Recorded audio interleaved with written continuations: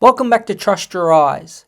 Finals week 1 threw up a strange set of results. There were blowouts, one thriller, and a weird night at the Gabba. But the best starting point is the thriller.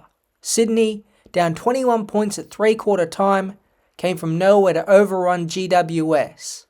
Isaac Heaney dominated with 30 disposals and 3 goals, while his running mate in Chad Warner saved his best quarter until the last. How did the Swans turn this game around? Well, I think GWS did play a part in the momentum swinging. Late in the third quarter, they turned it over and Logan McDonald kicked the goal.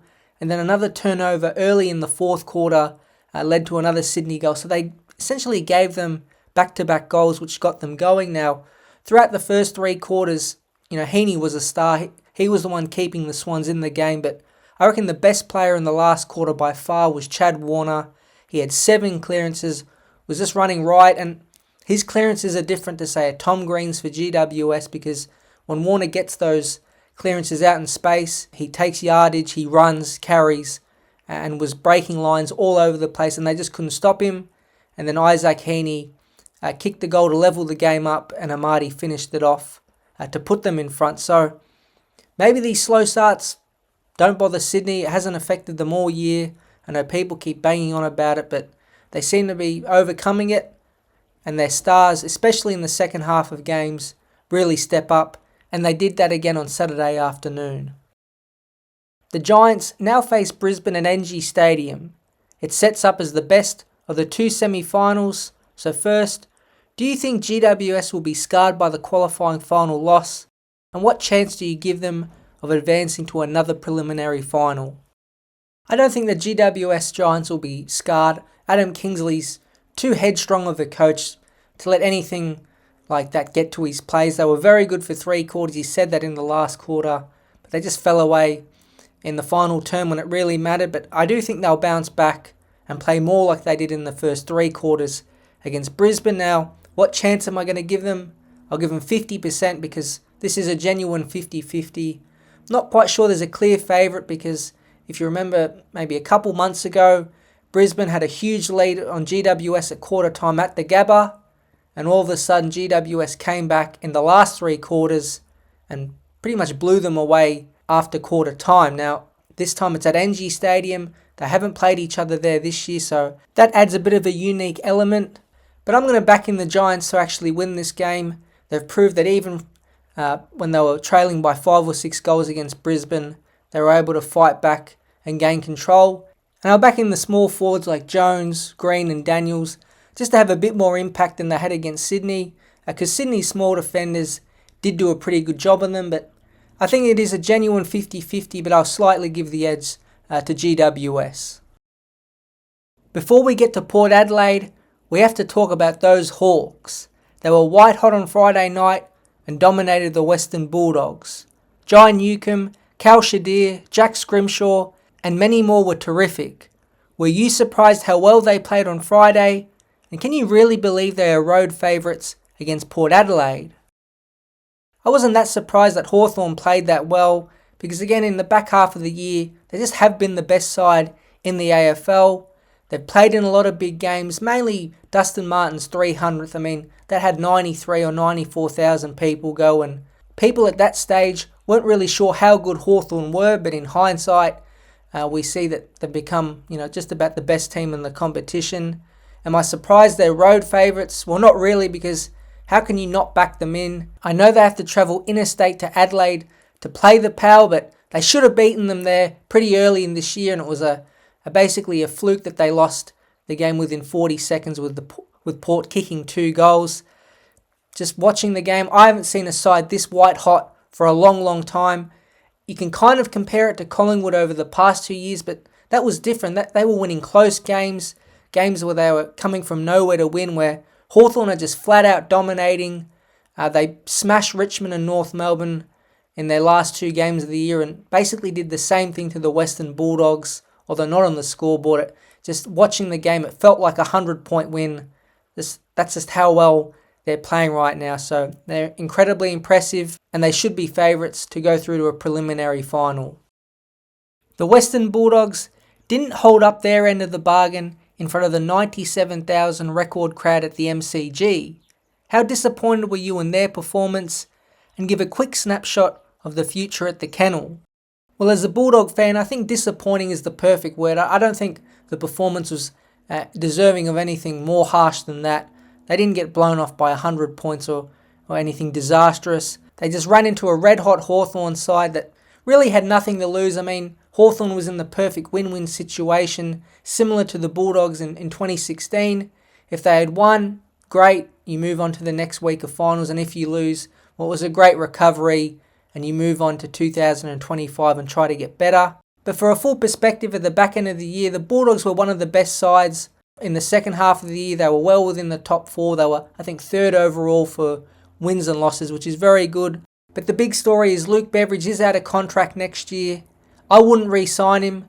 I think you just let it play out, and if they get off to a slow start, then you might have the discussion. He's at that 11-year mark. That's normally the time when coaches part ways. We're seeing this in a similar situation with Ken Hinkley right now, but I wouldn't panic at all. Again, they ran into maybe the hottest side in football, and the Bulldogs were playing pretty well. Most of their lines are covered with good players. The midfield is aging a bit, so no doubt they'll put some resources into that, but all you can really do is continue playing, Norton, Jamara and Darcy together, keep getting them games, keep getting chemistry, and hope they perform better in the next final series. The big negative is obviously Port Adelaide. It's their fourth straight finals loss, of which 3 have been at the Adelaide Oval. Where did you see the game won and lost, and who deserves the most blame? Well, I think the game was lost in the contest and just ball use and ball handling, especially early on. Geelong were a bit tougher and a bit cleaner, which is very important in finals, especially in surging the ball forward and getting behind the back, like Geelong did all night, and Port Adelaide couldn't stop it. When you're versing Geelong, you really have to win clearance. A lot of the times they've lost. They've been blitzed in the middle and the centre bounces by the opposition, and they haven't been able to get their game up and going. But Port Adelaide couldn't do that, and then when Butters got subbed off, you could see where the game was going. So I'm going to put 80% of the blame on the players and 20% on the coaches. Now this is where a lot of the debate is. I think it's clear to say that Port Adelaide are a little bit scarred mentally of their previous finals efforts in the past few years. Can the coaches really fix that? I'm not sure. Also on the coaches' side is they didn't have Houston and Farrell, who are 2 really important players out of defence who can break open the game, cut the lines, and really help them get forward out of their back half, which they really struggled against Geelong. So I'm going to give Ken Hinkley and his coaching staff a bit less blame because of that. I'm going to put it mostly on the players who just didn't perform well, and they look like a team who is a little bit fragile. Brisbane, with a remarkable 60-0 head start, fended off an annoying Carlton side to advance. For each side, on a scale of 1 to 10, how impressed were you with their efforts? I'm going to give an 8 out of 10 for Brisbane. They were a 10 out of 10 for the first quarter and a half, I thought, and probably dropped away a bit for the rest of the game. But yeah, I agree with what Chris Fagan said post-game. Up to that 60-0 start, it was the best football they played. They were clean, they were playing as a team, and they were kicking a lot of goals, which we know Brisbane can sometimes struggle with, and which we actually saw when the game was getting a little bit tight, because Carlton were annoying in a good way. They didn't stop. They kept applying pressure even though you could argue the game was out of hand. And Zach Bailey missed his boot into an open goal, and before that, Logan Morris hit the post directly in front from 10 or 15 metres out. So a little bit of shaky signs came in, but they held their nerve, albeit against a little bit of a weakened opponent, and did what they needed to do. So they get an 8 out of 10. And for Carlton, I'm going to give them a 5 out of 10. I see a lot of people on SEN and the Herald Sun having a go at the Blues, but again, with their circumstances, no one gave them a shot. So what did you really expect? They were a 0 out of 10 up to that 60-0 start, but from then on, I thought they played a really impressive game. Should they have started Tom de Koning in hindsight? Yes. But I thought for the last 2.5 quarters, Carlton were really good, and it's a shame they had a bad start. They probably lost a bit of belief early. I know the fans aren't happy that they were on record-breaking pace in a bad way in that first half, but they were facing a very good team with one themselves that had a lot of injuries and players who hadn't played a lot in the past month. So it was a valiant effort from Carlton, but clearly you can't start like that and win road finals. It feels fitting to save the best performance for last. How good were Chris Scott and his Cats? They masterminded a great plan without Tom Stewart, who was laid out. With a home preliminary final and a week off, are they the new premiership favourites? And if so, why?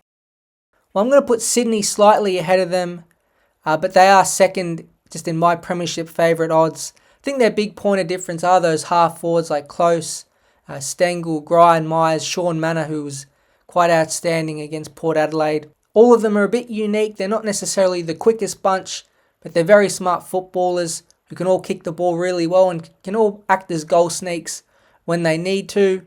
And I think people ignored the back half of the year for Geelong. They did go 7 wins and 2 losses. Those 2 losses were to the Western Bulldogs when they were on fire, and then St Kilda, who played pretty free in a second half and just got a hold of them. So they have been in good form since that patch in the middle of the year where they only won 1 game out of 7. So keep that in mind. It's not like this side's come out of nowhere. They finished third for a reason because they were the third best team during the home and away year. They all play clear roles. They know what they need to do. It's a credit to Chris Scott and his coaching because he's probably the best coach at giving players a set role and then most of the time being able to apply that during the game. Do they have enough talent to beat Sydney or maybe GWS or Brisbane in that prelim final? We'll wait and see. Because again, compared to those sides, you would say Geelong overall don't necessarily have the best talent, but they might just be the best team in it in 2025. Thanks for listening to Trust Your Eyes for week 1 of the finals. Hope you enjoyed all the games, and I'll be back soon.